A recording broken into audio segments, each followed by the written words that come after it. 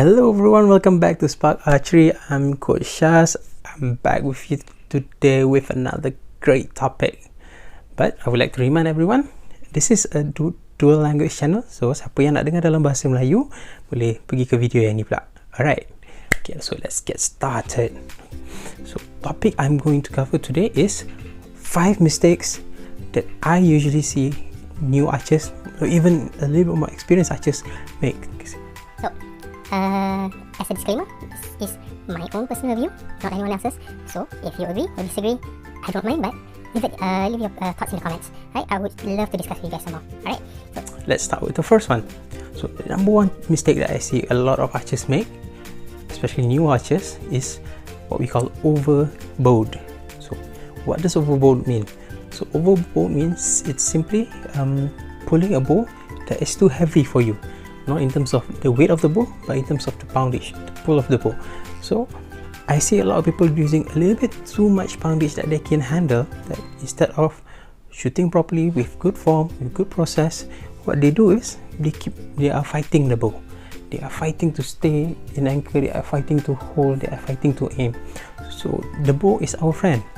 So we need to not fight our friend. So we need to use it to our advantage. So my suggestion to those that are struggling a lot, what you can do is either drop down your poundage a little bit. If you're doing bevel or recurve, even compound, drop it down a little bit, get back into shape, get back into form, and maybe later on you can go back to the old poundage. Or just get a new set of limbs. Again, this is for bevel or recurve. New set of limbs, maybe a cheaper one first, lower poundage.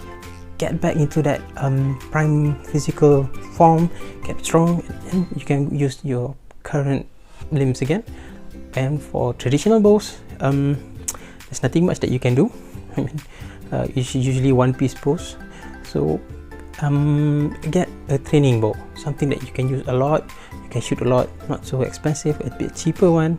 So get a training bow for you to use, and then move back to your original bow. Number 2 is improperly spined arrows.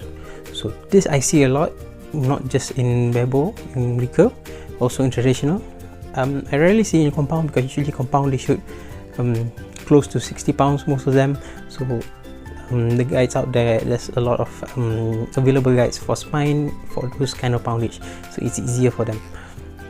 So what I see is a lot of bevel, barrel, recurve, and traditional bow archers do is they use an incorrect spine. So this might be lack of information, lack of experience. So how do you know you have an improperly spined arrow? It's easily seen on how your arrows hit the target and how your arrow flies as well. So if your arrows are flying a lot like a fish, or no, like a snake, so it's going left and right, left and right, left and right, something like that, a lot of, you know, moving like this.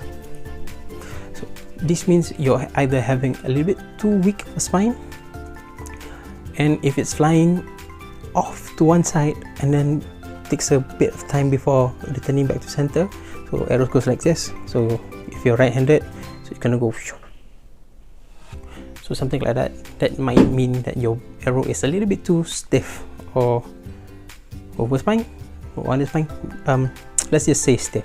So I would recommend for you to recheck your arrow spine using a spine calculator. You can use BAP spine calculator. You can even check a spine chart. It will get you in the ballpark, but at the end of the day, you still need to tune your arrows. So tuning your arrows, I'll cover that in another video, but at least get it into the close ballpark. So let's say I'm using a 40 pound limbs, but on my fingers it's about 38 to 36 depending on how I'm feeling, how my fitness of the day, but usually I shoot around 38 to 40.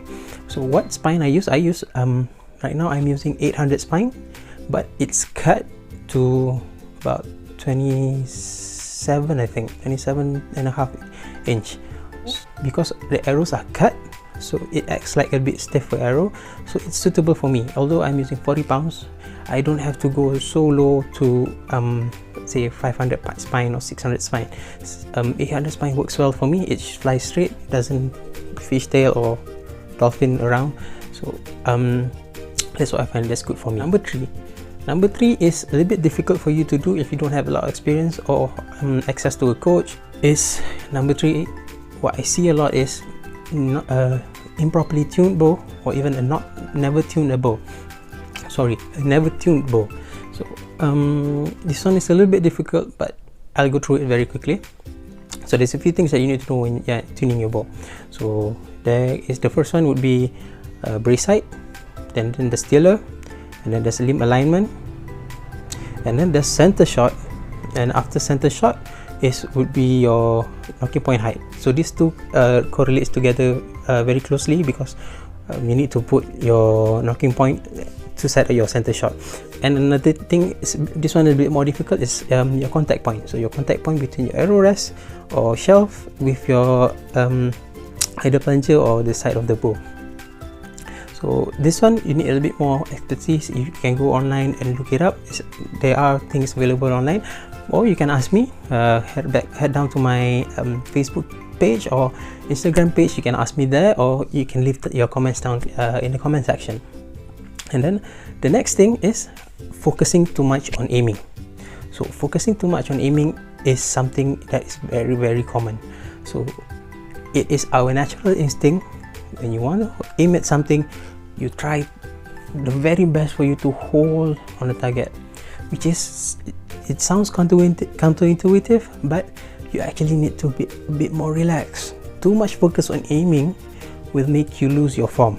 It will make you stiff, will make you anxious. So this results in a bad shot, results in a bad day. Even when you want it too much, trying to you need to be able to relax a little bit more. And number 5, but this one relates back to the 4th point, focusing too much on aiming.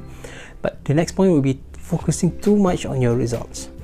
So what we like to say in archery, especially me as a coach, we like to say that you need to focus on the process, not the results.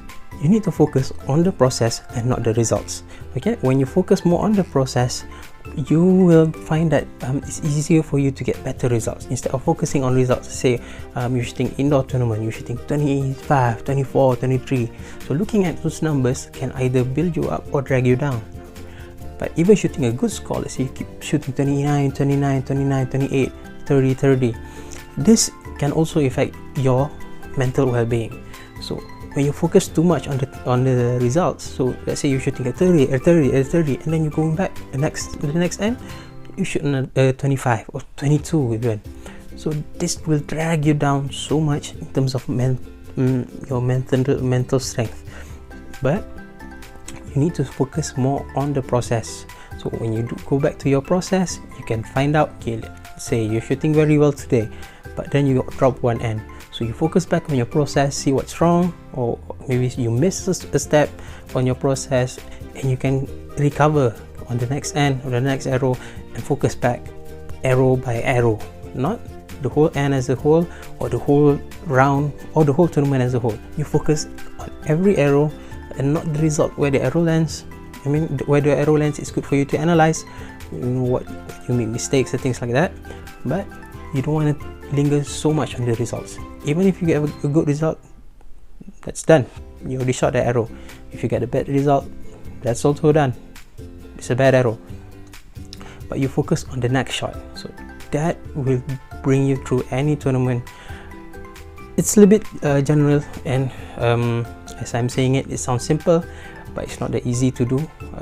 It's what plagues a lot of archers, especially the ones that are rising up through the ranks, getting good scores, and then on competition day they have a bad arrow or have a bad end, and it drags them down the whole way until the end of the tournament. So we don't want that to happen. So that's the 5 mistakes that I see a lot of archers do. So if you agree, you don't agree, please leave a comment in the comment section. And again, please give the like button a smash. Smash it. Yeah. And if you haven't subscribed, please subscribe to my channel. It would definitely help me a lot. Before we go, if you guys want to check out all my other English production, you can go over here. And again, If you guys want to ask me questions as well, you can go to my Facebook channel, Sparc Archery Malaysia, or my Instagram page, same thing, Sparc Archery Malaysia. And I hope to see you guys again. Bye bye.